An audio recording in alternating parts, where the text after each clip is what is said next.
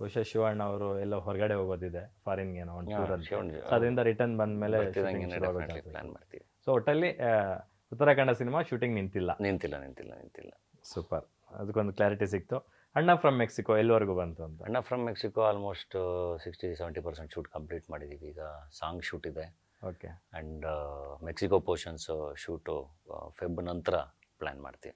ಮೊನ್ನೆ ಕೆಂಪೇಗೌಡ ಜಯಂತಿಗೆ ನಿಮ್ಮದು ಒಂದು ಫಸ್ಟ್ ಲುಕ್ ಬಿಟ್ಟರು, ನಾಡಪ್ರಭು ಕೆಂಪೇಗೌಡನ ಒಂದು ಲುಕ್ಕಲ್ಲಿರ್ತಕ್ಕಂಥದ್ದು. ನಮ್ಗೆ ನೋಡಿದಾಗ ಒಂಥರ ಮೈ ರೋಮಾಂಚನ ಆಯಿತು. ಸೊ ಅದು ನಾಡಪ್ರಭು ಕೆಂಪೇಗೌಡ ಅಂದಿದ ತಕ್ಷಣ ಒಂಥರ ಥ್ರಿಲ್ಲಿಂಗ್ ಸಬ್ಜೆಕ್ಟು.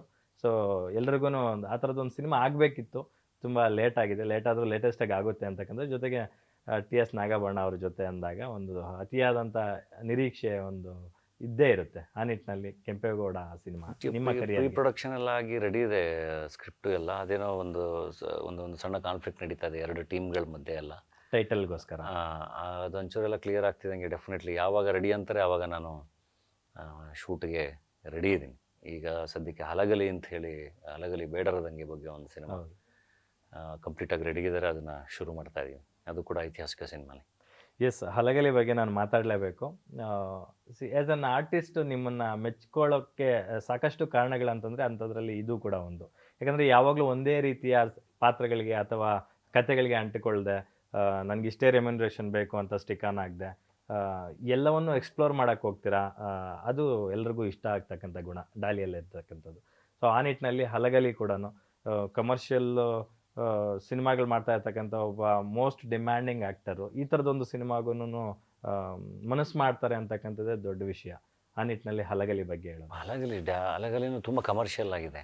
ಅಂದರೆ ಬ್ರಿಟಿಷ್ ಜೊತೆ ಫೈಟ್ ಮಾಡಿದ್ರು ಹಲಗಲಿ ಬೇಡ್ರು.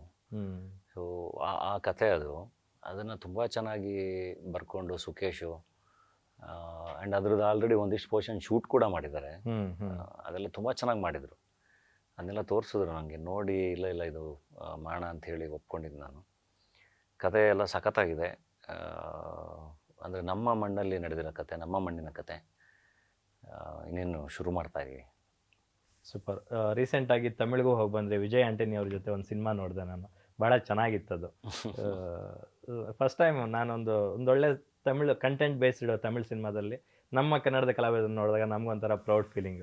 ನಾನು ಇಮಿಡಿಯೇಟ್ ನಿಮ್ಗೆ ಮೆಸೇಜ್ ಮಾಡೋಣ ಅಂದ್ಕೊಂಡೆ, ಮಾಡಲಿಲ್ಲ. ಸೊ ಆ ಎಕ್ಸ್ಪೀರಿಯನ್ಸ್ ಹೇಗಿತ್ತು ಅಂತ? ಚೆನ್ನಾಗಿತ್ತು. ವಿಜಯ್ ಮಿಲ್ಟನ್ ಅವ್ರಿಗೆ ಥ್ಯಾಂಕ್ಸ್ ಹೇಳೋದು. ಬೈರಾಗಿ ಅವ್ರ ಜೊತೆ ಮಾಡಿದ್ದಲ್ಲ, ಅವರು ಮಾಡಿಸಿದ್ದದು. ಓಕೆ.